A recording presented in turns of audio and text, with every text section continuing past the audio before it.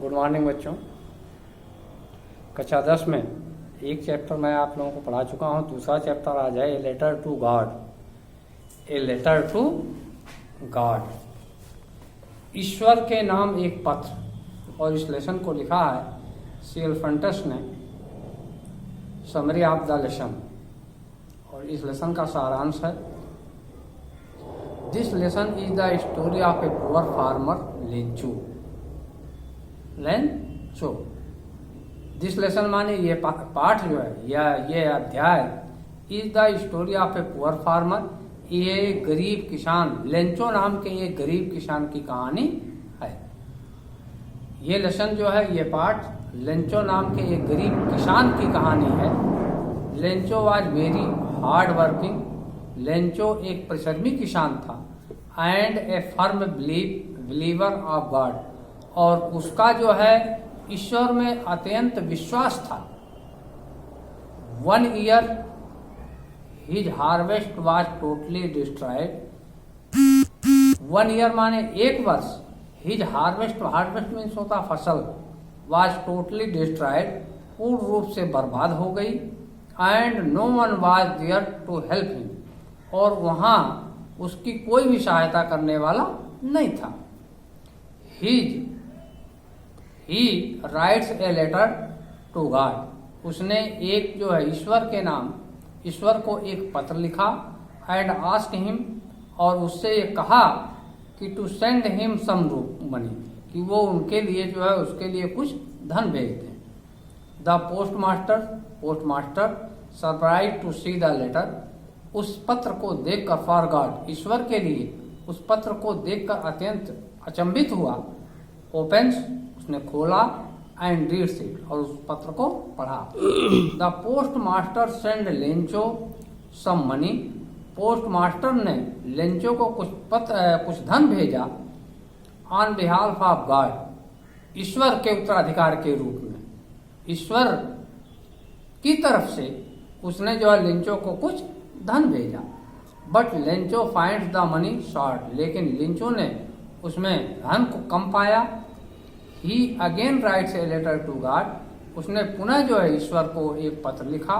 For more money, उस धन के लिए, और अधिक धन के लिए। But this time to be sent directly, लेकिन इस बार उसने जो है पूर्ण रूप से यह मना किया था। To him as according to him post office employ were a bunch of crooks, और उसने ये मना किया था कि इस बार जो है पोस्ट ऑफिस के द्वारा ना भेजा जाए, क्योंकि पोस्ट ऑफिस के कर्मचारी जो है, ये बंचेज ऑफ क्रुक्स का मतलब होता है, ये क्या कहते हैं, बंचेज ऑफ क्रुक्स है बेईमान। बंचेज ऑफ क्रुक्स ये बेईमान हैं, बेईमानों का समूह है। अब आप लेसन देखिए, अपनी किताब खोल करके रखिएगा तभी समझ पाएंगे आप। The house, the only one in the entire valley, sat on the crest of A low hill. The house, अकेला घर।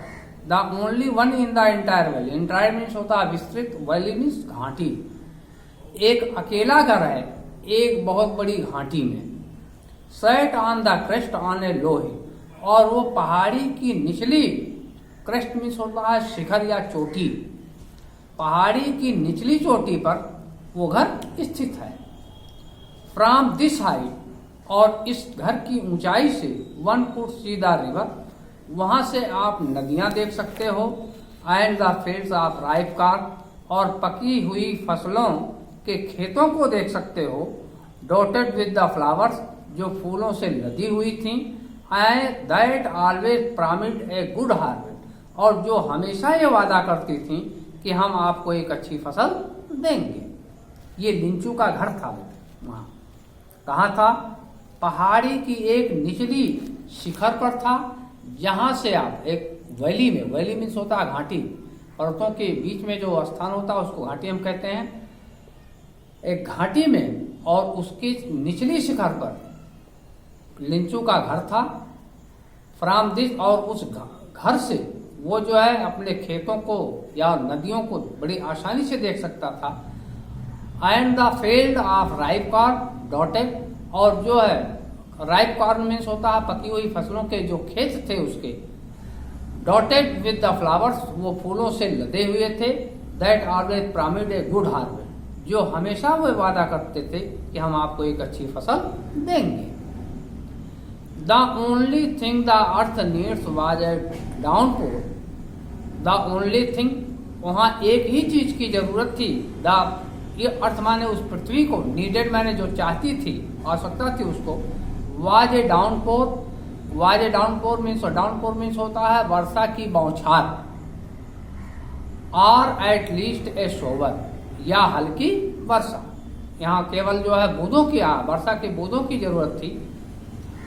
Through out the morning Lencho who knew his fields intimately had done nothing else but seen the sky toward the northeast. Throughout the morning, सुबह से ही लिंचू who new, जो ये जानता था, his fields intimately, कि उनके खेतों को बहुत ही आवश्यकता है, हैड डन नथिंग, लेकिन वो कुछ भी नहीं कर सकता था इसके अतिरिक्त, but seen the sky toward the north east, लेकिन वह जो है उत्तर पूर्व दिशा में केवल आकाश को देखता रहता था। Now we are really going to get some water, oh man, उसने अपनी पत्नी से कहा, ओ मैन, उसने अपनी पत्नी से कहा, किसने कहा? लिंचो ने। Now we are really going to get some water, अब हमको वास्तविक रूप में कुछ पानी मिलेगा या कुछ वर्षा होगी। द वुमन, वो औरत, हु वाज प्रिपेयरिंग सुपर, जो नाश्ते को तैयार कर रही थी, नाश्ता बना रही थी, वह औरत जो नाश्ता तैयार करते, सुपर मीन्स होता है सुबह का नाश्ता या भोजन, रिप्लाइड, उत्तर दिया, यस गॉड विलिंग, हाँ जैसी ईश्वर की इच्छा होगी, विल मीन्स इच्छा। The other boys they are working in the field, उसके दूसरे लड़के जो है वो खेतों में काम कर रहे थे। वाइल द स्मॉलर वंस, जबकि उनमें से सबसे छोटा लड़का, we are playing near the house, वो अपने घर के पास खेल रहा था। Until the woman called to them, जब तक कि उस औरत ने उन सभी को बुलाया नहीं, come for dinner, come for dinner, भोजन के लिए आ जाए।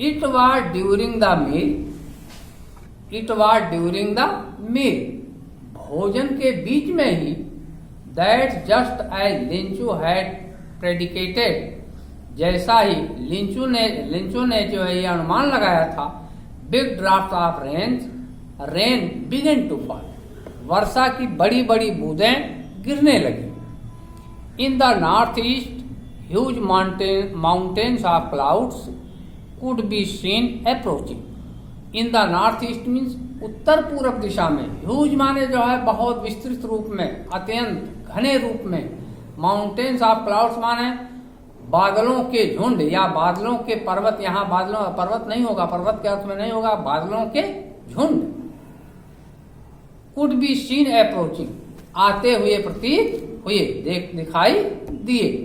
द एयर वाज फ्रेश, हवा अत्यंत ताजगी से भरी हुई थी, एंड स्वीट, और हवा क्या थी? बहुत ही मधुर थी।